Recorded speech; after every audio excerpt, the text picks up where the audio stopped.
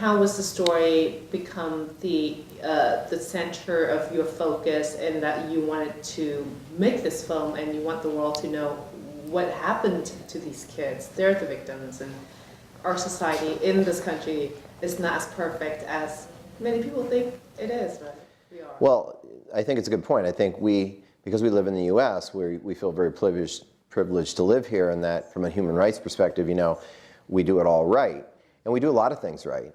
But I think this, first of all, I didn't get involved in the story because of human rights or the way we treat kids. It wasn't at all what interested me at the time. My producing partner and I, we were developing a fictional story that was based on greed and power and corruption and children.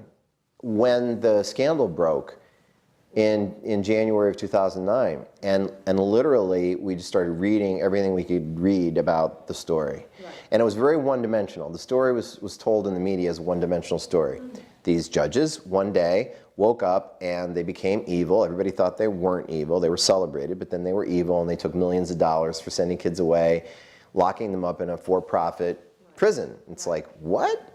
And that was that. To you at the time, right? It didn't sound right to you. Well, it didn't sound right, and it was, but it was almost as if, how does that happen? You know, it's like, wait a second, how does it happen?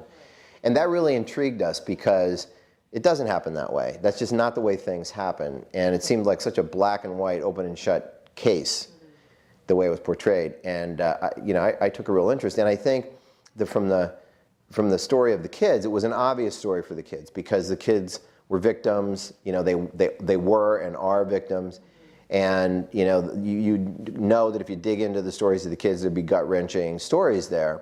But you know, there are a lot of gut-wrenching stories. To make a movie that people would actually go to a theater to see, it takes more than a gut-wrenching story, and you know, it really takes entertainment and twists and turns and all that sort of thing. And we thought, well, if we could get the judges to talk to us, we would tell the story from both the villain and the victim's point of view. Right. But then we said, why would the judges talk to us? I mean, there'd be no reason for them to talk to us. I mean, for goodness sake, you know, they're about to go through a federal investigation and trial, whatever.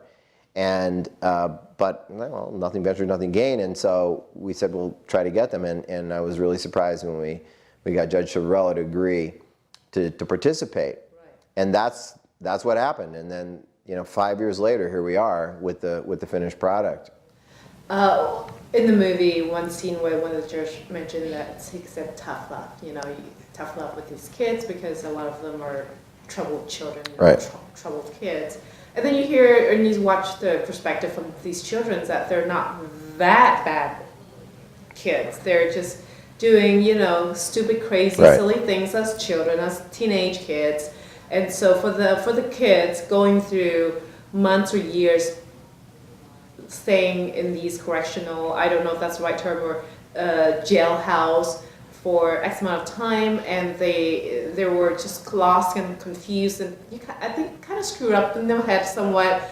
But then when you hear the perspective of the judge, and he's like, you know, we do it because we want to shape them up to be a better person for our society. I mean, what do you think at the time when you were talking to both sides of the story, and like what went through your mind as a filmmaker at the time? Well, at first, you know, I thought it was all isolated. I thought that this is the only place on earth that kids are being sent away for the most ridiculous crimes, like just crimes for being a kid. Right. But then as we started to do so much research on the story, and we had a big team of researchers too to try to help figure it out, because it was a head scratcher. Right. We learned that kids are being treated like crap everywhere. Mm-hmm. And it isn't just there. The difference is there's money exchanging hands in this particular community. And that's what made it unique there.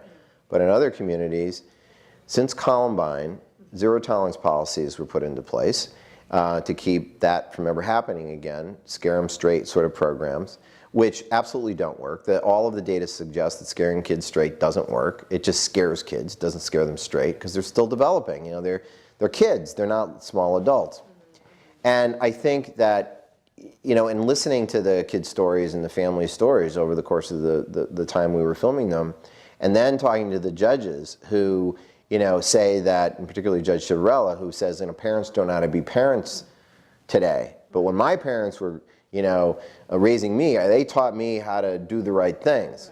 And it's also, his time was different, his parents' generation, their time was different, your time's different, today's generation, the kids of today's generation is different.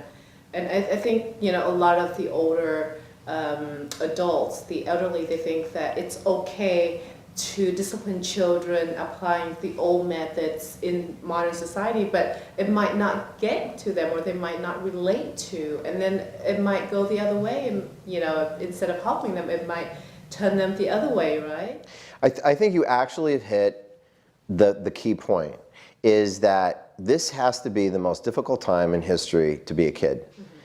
Mm-hmm. Consider it, most people, when they grew up, most adults who are making decisions that affect kids, grew up when there was 3 television stations, maybe 4 if your public station, TV station was there. You didn't have a phone in your room. Mm-hmm. That's pretty much it.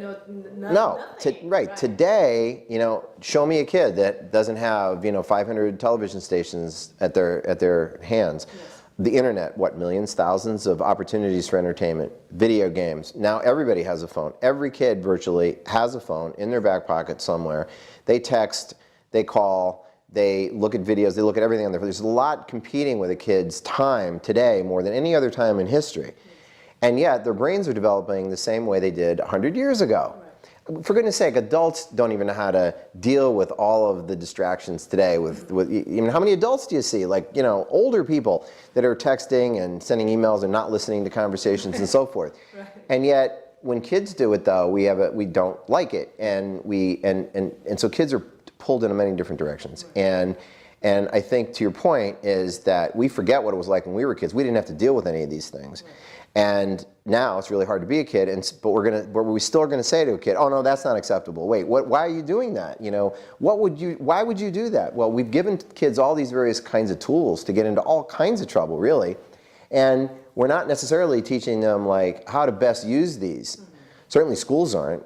Schools on the other hand are saying, look, we're not the parent. We just find this unacceptable and we're going to give you consequences. And if we give you consequences, you'll learn because you're never going to want to experience that again, whatever the consequence was. But a kid's like, oh God, I don't even know why I did what I did. I don't know, I just did it, I'm a kid. Right. We as adults forget that, that we did things as we were kids that kids are doing, and we kind of forget that, wait, they were kids. Since Columbine, everything changed.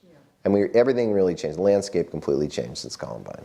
It took you almost 5 years to complete this film from beginning to the end, and as a parent, after accomplished this film, what did you learn after making this film, Kids for Cash? After 5 years of working on the film and being a parent of 2 kids, which are now teenagers, I learned that virtually everything that I thought about kids before that 5-year period was wrong. I would say to my kids, why, what are you doing that for? And I couldn't understand it, and I believed in zero tolerance. I'm not going to tolerate that. That would make the kid, okay, Dad, then we won't do that anymore. But they would still do it. Right. And in the course of making the film, my kids, they saw cuts of the film, they knew I was doing the interviews, they knew there was a secret that we were filming these judges. I took them into, confidence and all. And one day I said to my kid, partway through the film, I said to my son, Evan, I said, why did you do that, whatever it was that he did? And he said, well, Dad, it's like you said, my brain's not fully developed yet. and I just stood there and I'm like, right, but I was falling right back into the pattern too. He had no idea what I was doing, what he was doing. But is that a surprise for any parent when you say why'd you do that? And they're like, I don't know. They weren't thinking. The fact is, they're not thinking because they're not small adults, they're kids. And the brain development is real. The neuroscience says the frontal lobe of the brain is that controls reasoning skills and logic and judgment. That's the last to develop. That should be no surprise to a parent when they hear that. They should be the aha moment. Oh, that's why. Great movie, and thank you so much for making this really awesome documentary, and we wish you the best, and hope everyone will get to see Kids for Cash because it's such a great film.